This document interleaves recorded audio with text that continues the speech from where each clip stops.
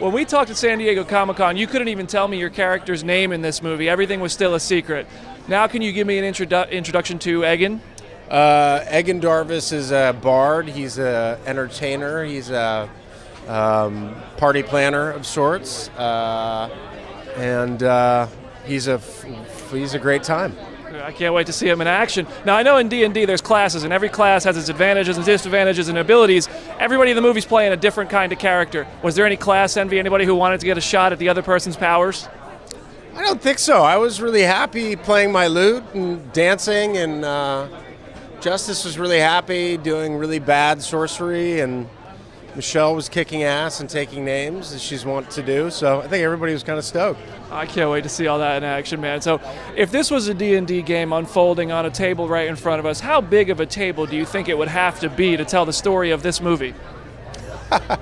I mean, the entire city of Austin, man. It's a complex, awesome, fun film. It's got a good heart. It's got great big explosions. It's got comedy for days. You know, I think it's just got a lot of good things going for it. That's why we go to the movies. That's it, man. Good to see you again. Hi, how you doing? Oh, I'm happy. I'm about to see Dungeons & Dragons. I'm pretty damn hyped. You haven't seen it yet? No, this is my first time. Have you seen it yet? Good, yes, I have. What was it like to watch Dungeons & Dragons for the first time?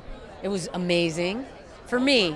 You know what I mean? Like, everyone's experience will be different. I don't know, you know? I can't wait to see how you feel about it. No, I remember at San Diego Comic-Con, you guys came by the studio. We didn't even know your characters' names yet. Everything was a big secret. We could finally talk a little bit about it. So can you give me an introduction to who you're playing, the class, the abilities? Come on.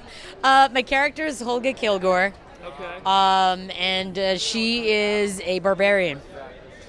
And, you know, she's not like, she's really good at fighting and stuff, but, you know, she's got issues. I mean, we all do, you know. Yeah, let's just say, you know, the whole family's got issues. We're like derelicts that, like, meet each other, you know, and it kind of reminds me of the Yellow Brick Road and, like, you know, that whole bit.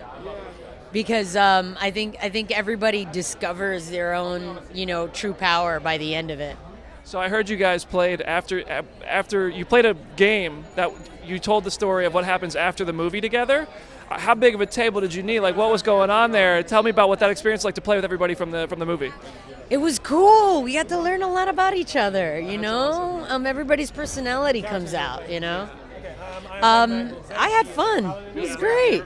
Has Vin let you play with him yet?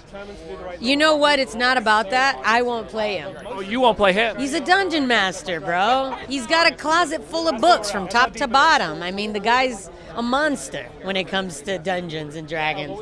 I mean, I'd love for him to be the dungeon master of an adventure that we have, but me and, you know, Vin can't play by ourselves.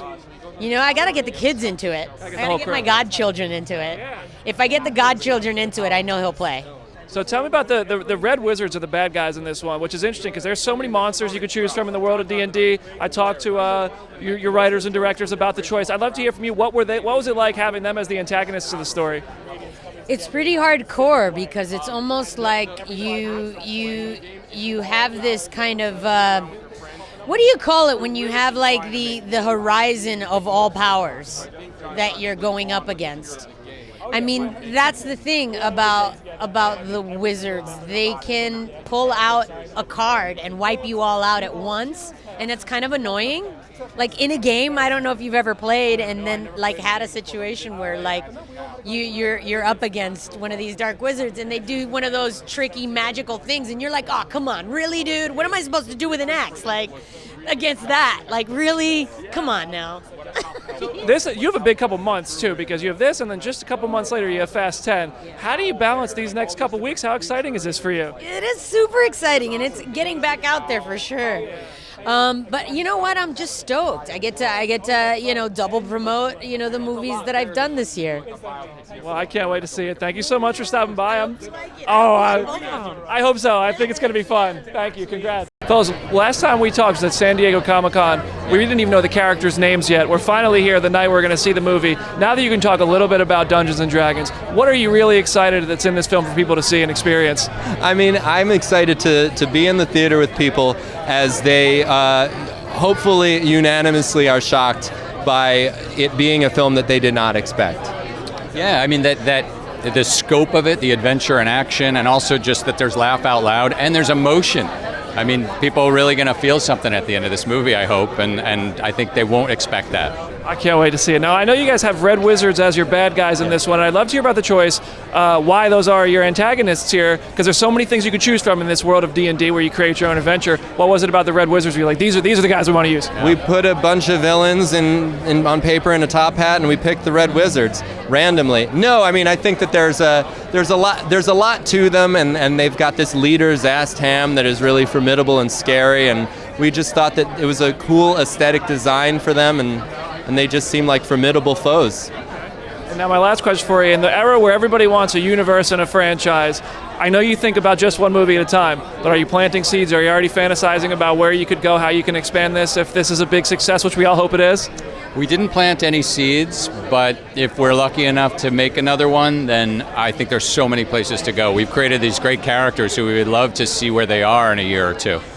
We're also very superstitious, so we don't like to talk about it. I respect that. Well, thank you so much. I'm happy to support you guys on this one. Good to see you. Thanks, guys.